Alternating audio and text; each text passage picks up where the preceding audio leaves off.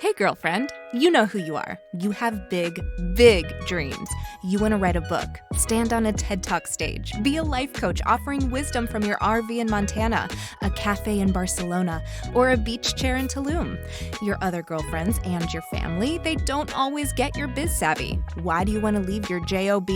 Because you're a C.A.T.S, aka coach, author, thought leader, and speaker. Meet other change makers like yourself and find out how they make it happen. This is the Big Meow podcast. Hey, cats, it's Kristen, and I'm here with Tissa Richards. Hi, Tissa. Hi, Kristen. So good to see you. Thank you so much for being here with us today. I absolutely love the title of your book, No Permission Needed. That speaks to my heart. So why do you think we're always asking for permission? I think we're socialized that way, and I think that we don't have maybe enough swagger to just kind of walk in and just say why we're there and what we need. Yeah, that's a great concept of having the swagger, bringing our swagger into the room. So what do you think gets in our way? I think we get in our own way a lot, but also I think maybe not knowing, have a really clear, crisp articulation of what you bring to the table, why it matters, and then being able to say it in a really succinct and declarative way.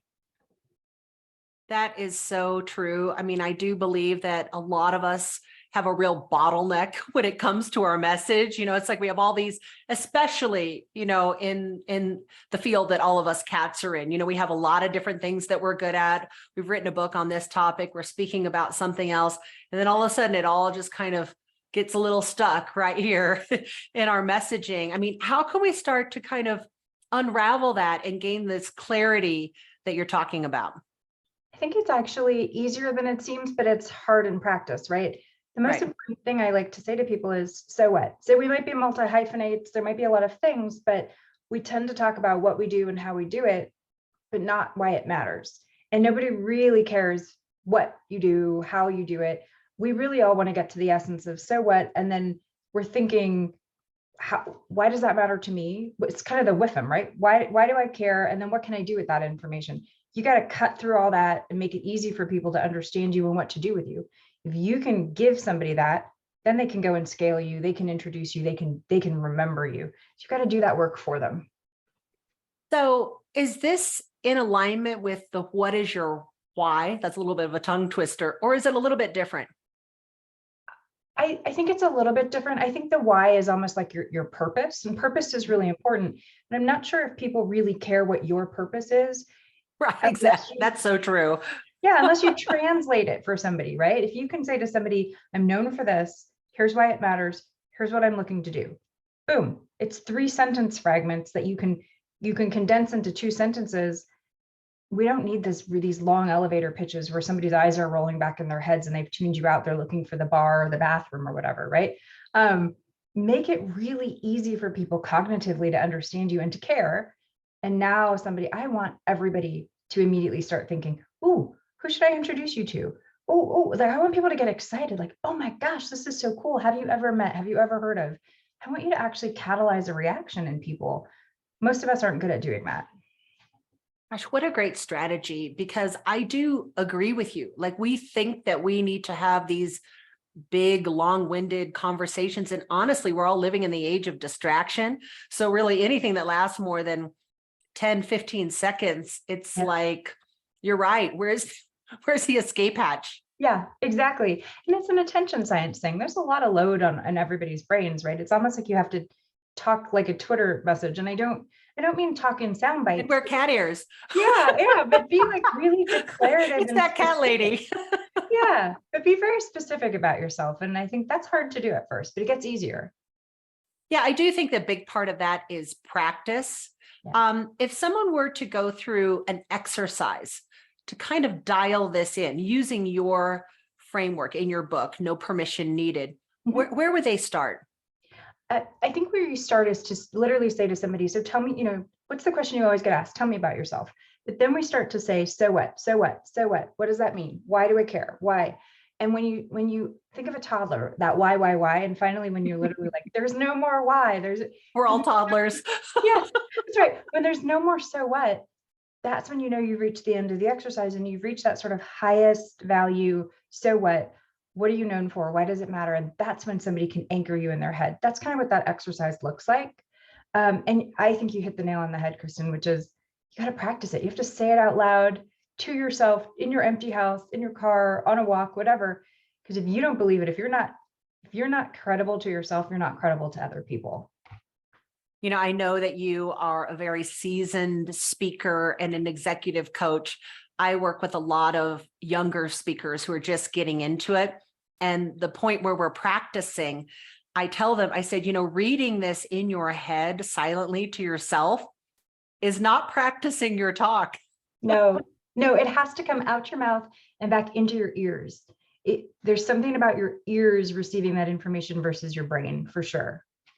Absolutely. So what would you say, because you're, like I said, up there in terms of being a speaker, if someone was a coach or an author and they wanted to break into speaking in the climate that we have today, what would you recommend to them? There's so many ways to speak, right? I think I always say start by starting. So, you know, I had a goal to do a TEDx talk and I did it. That might be a pinnacle for some people. Now I want to go get on the TED stage. So you don't have to think that until I get there, I'm not there. Just go do Toastmasters.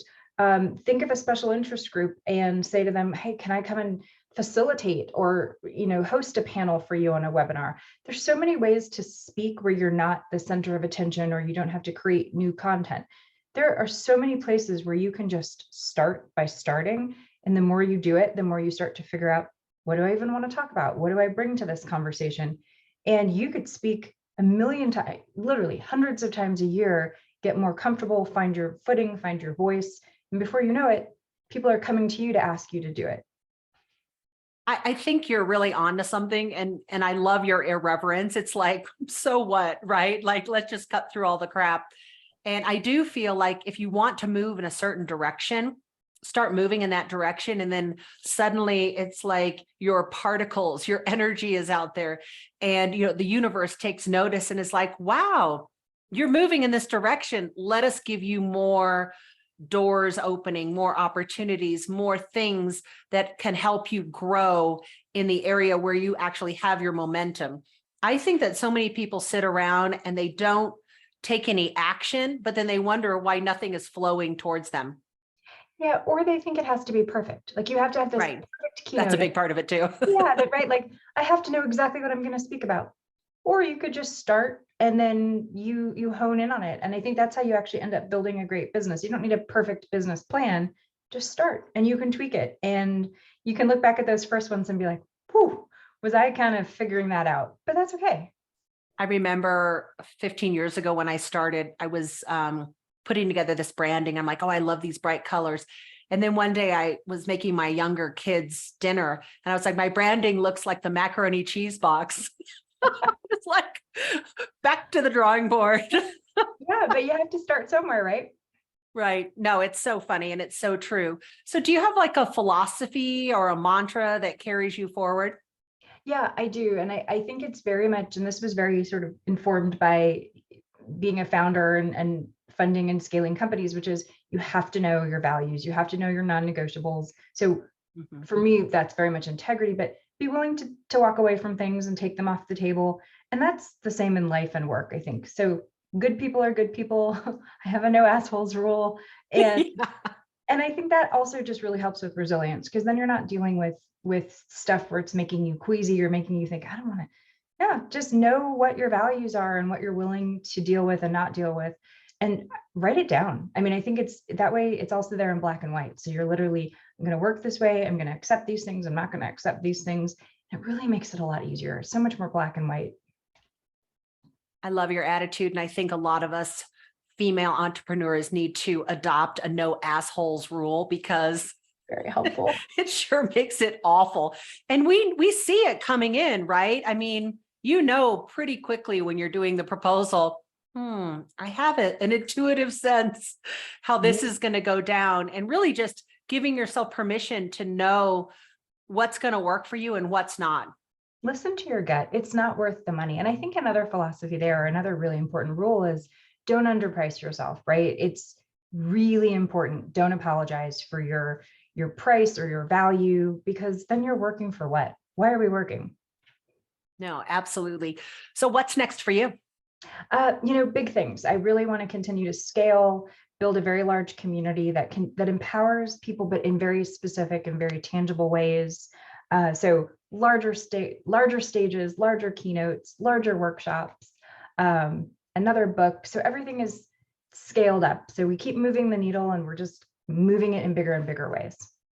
So where can we find your book, No Permission Needed? Yeah, so it's on Amazon, it's on Barnes and Noble, it's on Audible. I think in the past, since it's been out for 6 months now, I think it's won 5 awards, which is great.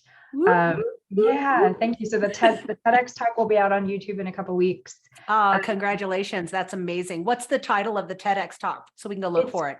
Yeah, it's called Making Resilience a Muscle Memory. Mm. And then my website, tissarichards.com. I'm on LinkedIn. So very easy to find me with my name. Awesome. You're inspiring, girl. Thanks for being on the Big Meow. Thank you. Very great to be here.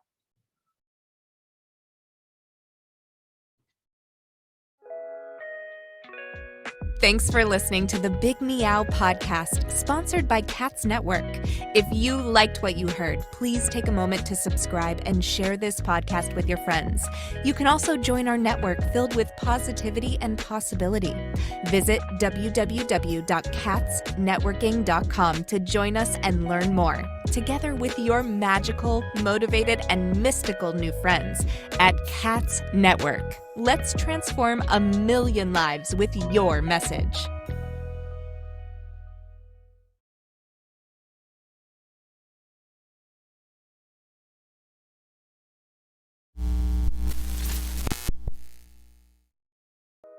Are you feeling isolated sitting at home in your PJs? Or perhaps you're tired of the comfy sweatpants with holes in them that are hidden just below the camera? I mean, you could puke at the thought of another day of Zoom meetings and reporting to your BOSS.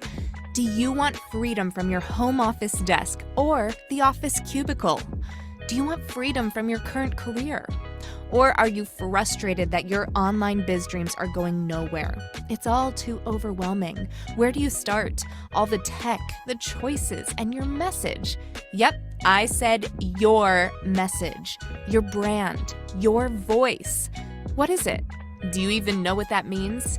Do you need a biz coach but don't want to invest the big bucks? Let's face it, being a solopreneur is lonely, but you don't have to do it alone. And here's a solution. Join C.A.T.S Network.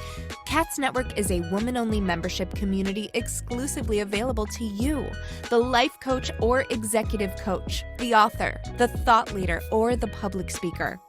If you identify with this list or want to work on adding some of these to your skill set, C.A.T.S is the place for you.